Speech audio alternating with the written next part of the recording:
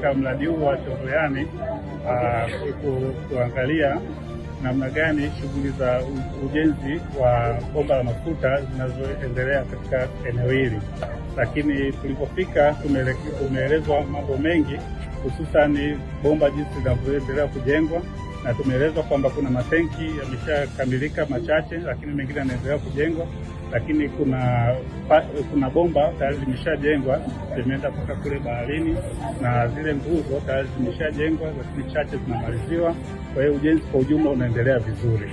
Lakini kingine ambacho tumejifunza vizuri zaidi ni kwamba kuna baadhi ya Watanzania wenzetu kupitia mradi huu wamepata ajira katika mradi huu, hususan kuna wale wakazi wa eneo hili la Chongoleani. Mimi kama mtaalamu wa TEHAMA nimejifunza kwamba kupitia mradi huu kuna mifumo mbalimbali ambayo itakuwa inawekwa, ambayo inaweza kutambua kwamba kama mafuta yatakuwa yanaweza kuvuja kwa kupitia bomba hili, basi inaweza kugundulika kirahisi, kwa sababu kuna cable zimewekwa hapa, zile nyaya ambazo tunaita fiber optic cable, ambazo zimeunganishwa na vifaa vingine kuweza kutambua kama kuna mafuta yanavuja.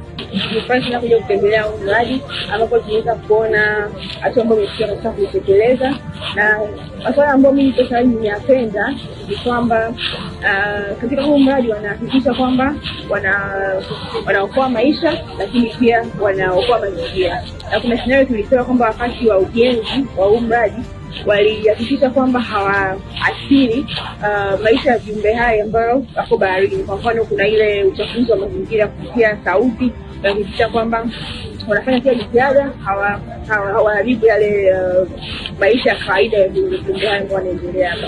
Kwa hiyo pia kuna kingine ambacho nimependa kwamba kuna kazi za kijamii ambazo wanazifanya, ambao wanapelekea maji katika jamii.